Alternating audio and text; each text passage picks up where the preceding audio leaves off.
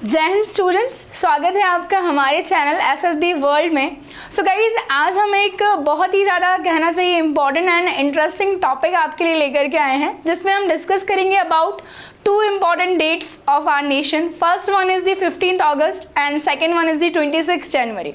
सभी लोग जानते हैं कि 15 अगस्त को हम क्या मनाते हैं, इंडिपेंडेंस डे मतलब कि स्वतंत्रता दिवस, एंड 26 जनवरी को हम मनाते हैं रिपब्लिक डे। सो ये जो डेट्स हैं स्पेसिफिकली 15th अगस्त ही क्यों, या फिर मैं कहूँ 26 जनवरी ही क्यों, 24 जनवरी, 25 जनवरी, 20 जनवरी, या यहाँ हम देखें 12 अगस्त, 13 अगस्त क्यों नहीं है। सो दोनों डेट्स की आपस में बहुत ज़्यादा हम कहें रेलेवेंसी है, वो क्या है चलिए समझते हैं। जो 15th अगस्त है उसके बारे में अगर मैं आपको बताऊं तो हमें थोड़ा सा पीछे जाना पड़ेगा। We'll be talking about the world war second. जब वर्ल्ड वॉर सेकेंड चल रहा था तो एक तरफ यूएसए और एक तरफ ब्रिटेन था, एंड दूसरी तरफ जो है जापान और जर्मनी थे। ठीक है, उस टाइम पे Japan was a kind of a rising state. तो राइज होते होते उन्होंने क्या किया, अमेरिका पर बिना बात के अटैक कर दिया, और अमेरिका का एक पोर्ट था that was Pearl Harbor port, उस पर अटैक कर दिया। एंड अमेरिका वाज लाइक कि भाई जब मैं इन्वॉल्व ही नहीं था तो आपको ये नहीं करना चाहिए था। देन आफ्टर अमेरिका ने जापान पर एक हम कहें बहुत ही ज़्यादा डिस्ट्रक्टिव अटैक किया, that was the nuclear attack 6 August and 9 अगस्त।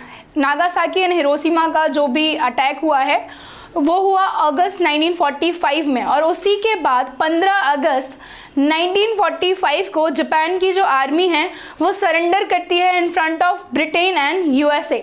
और उस टाइम पे ब्रिटेन की आर्मी को जो लीड कर रहे थे ही वॉज लॉर्ड माउंटबेटन। हाँ जी, ये जो लॉर्ड माउंटबेटन हैं ये वही हैं जिन्होंने इंडिया और पाकिस्तान का डिवीज़न किया है, डिवीज़न के लिए प्लान बनाया था। सो जब माउंटबेटन गवर्नर जनरल बन करके, वाइसरॉय बन करके जब इंडिया आए, उन्होंने बाल्कन प्लान या फिर जैसे 3 जून प्लान के नाम से जाना जाता है वो बनाया। रेडक्लिफ ने बॉर्डर ड्रॉ की बिटवीन इंडिया एंड पाकिस्तान, और ऐसे ही डिवीज़न हो गया।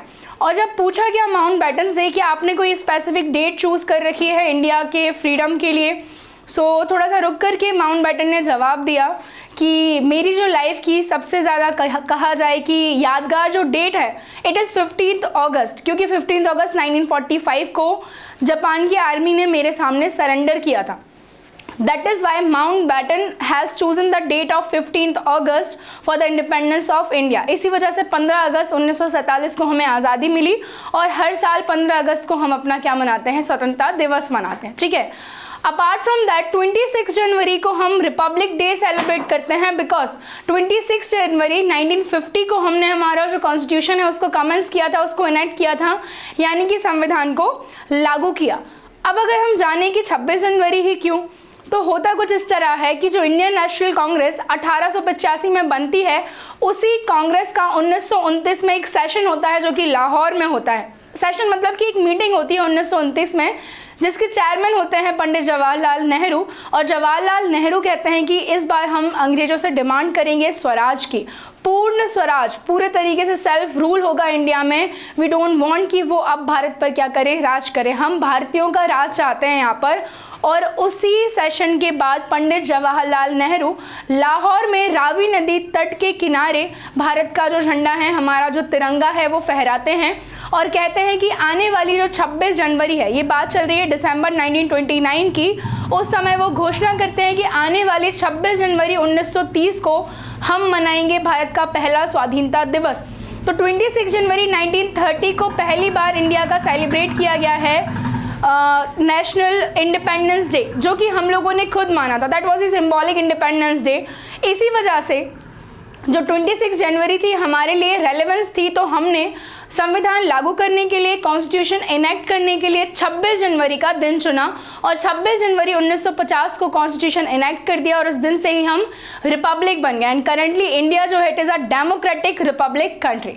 सो आई होप ये टॉपिक आप सभी को पसंद आया होगा। आपको करना बस इतना है, वीडियो को लाइक कर देना है, शेयर कर देना है। अगर आप लोग नए हैं तो चैनल को सब्सक्राइब किए बिना नहीं जाएगा। ओके स्टूडेंट्स, मिलते हैं नेक्स्ट वीडियो में। जय हिंद।